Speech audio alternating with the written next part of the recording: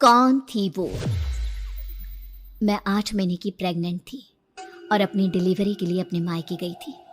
माँ ने मुझे फोन पर बताया, घर के पीछे की तरफ जो खाली जमीन थी ना, वहां पर एक नया कमरा बनवा लिया है। इतने सालों के बाद जैसे ही अपने घर में कदम रखा, कुछ अलग सा लगा। माँ, ये घर के पीछे की तरफ नया कमरा बनवाने की क्या जरूरत थी? अरे बेटा, घर के पीछे दूर दूर तक खाली जमीन है। तेरे पापा को कई दिनों से लग रहा था कि यहाँ पर एक कमरा बनवा लेंगे तो ताजा हवा मिल जाया करेगी। अब तो ये सब छोड़ और चल जल्दी से दूध पी ले। माँ, मैं थोड़ी देर में पी लूंगी, आप सो जाओ।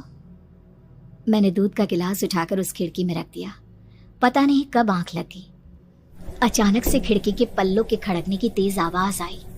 दूध का गिलास धड़ाम से जमीन पर आ गिरा। जमीन पर गिरते ही दूध का रंग लाल हो चुका था। मैंने खिड़की से झांक कर बाहर देखा। चारों तरफ धूप अंधेरा था।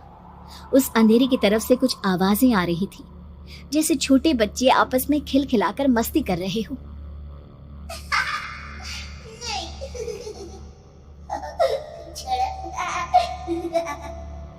इतनी रात को इतने घनघोर अंधेरे में बच्चों की आवाज कैसे आ रही है? घड़ी में वक्त देखा तो ठीक 12 बजे थे।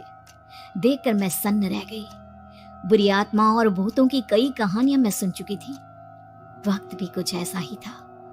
ऊपर से मैं प्रेग्नेंट।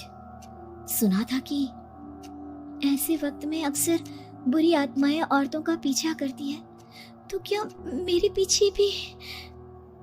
पसीने से तरबतर बड़ी मुश्किल से, जैसे कांपते हाथों से मैंने उस खिड़की को बंद किया। जल्दी से जल्दी उस कमरे से बाहर निकलकर माँ के पास जाने के बारे में सोचा, लेकिन जैसे ही दरवाजे की तरफ पलटी, लगा कोई साया हवा की स्पीड से दरवाजे के सामने से गुजर गया। मेरे गले में अटक कर रह गई।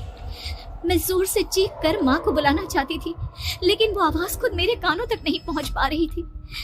तो माँ तक कैसे पहुंचती? खिड़की के पल्ले एक बार फिर तेज हवा के झोंके से धड़ाम करके खुल गया और पूरी ताकत से मैं चीख पड़ी।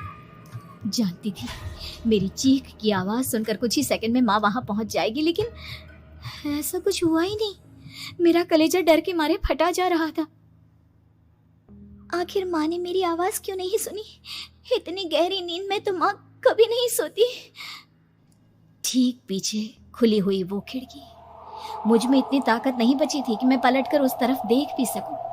हवा का एक सनसनाता हुआ झोंका उसी वक्त मेरे कानों से आकर टकराया। लगा जैसे किसी ने दबी हुई आवाज में धीरे से मुझसे कहा, चली जाओ यहाँ से। मैंने दोनों हाथ अपने कानों पर रख लिए और एक बार फिर ताकत लगाकर जोर से चीखने की कोशिश की। माँ! पापा!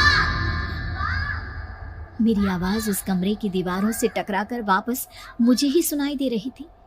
जितनी ताकत के साथ मैंने चीखने की कोशिश की थी, कुछ ही देर बाद उससे कहीं ज्यादा तेज और दर्दनाक चीख मुझे सुनाई देने लगी। ये आवाज ठीक मेरे पीछे खिड़की से आ रही थी। वो आवाज मेरे कानों में पिघलते हुए लोहे की तरह गिर रही थी। उन आवाजों में हैवानियत थी। वो आवाजें किसी इंसान की नहीं है, इतना मैं समझ चुकी थी। कांप रहे हाथों से मैंने अंधेरे में कुछ ढूंढने की कोशिश की। तभी अचानक मेरा हाथ बेड पर रखी टॉर्च पर पड़ा। किसी तरह ताकत लगाकर टॉर्च का बटन ऑन किया, लेकिन ये क्या? सामने दरवाजे पर 3 छोटी लड़कियां खड़ी हुई थी। उनके हाथ में स्टील के चमचमाते हुए चाकू थे। मैं घबराकर लड़खड़ाई और पीछे की तरफ हटी, लेकिन तब तक वो मेरे पास आ चुकी थी। उनकी गर्दन टेढ़ी थी और उनके हाथों के वो चाकू मेरे पेट को निशाना बनाने को तैयार।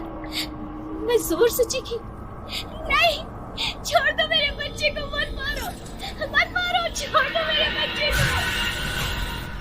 सोनाली, सोनाली, क्या हुआ बेटा? तू इतनी डरी हुई क्यों है? उठ बेटा, क्या हुआ? हड़बड़ाकर मैंने अपनी आंखें खोली। देखा तो दिन निकल आया था। माँ मुझे जगा रही थी। मेरा चेहरा पूरा पसीने से लथपथ था। क्या हुआ बेटा? तुमने कोई बुरा सपना देखा क्या? मैं अभी तक अपने पूरे होश में नहीं थी। वो मेरे बच्चे को मार देगी माँ। वो लड़की मेरे बच्चे को। मैंने घबराकर अपने पेट को छुआ। सब कुछ ठीक था और वो दूध जो रात को यहाँ पर गिर गया था, उसका रंग लाल हो गया था। माँ ने हंसते हुए दूध का गिलास मुझे दिखाया। तुमने दूध पिया ही नहीं, पूरा का पूरा ऐसे ही रखा हुआ है। तुमसे कहा था ना सोनाली, सेहत के लिए लापरवाही ठीक नहीं बेटा।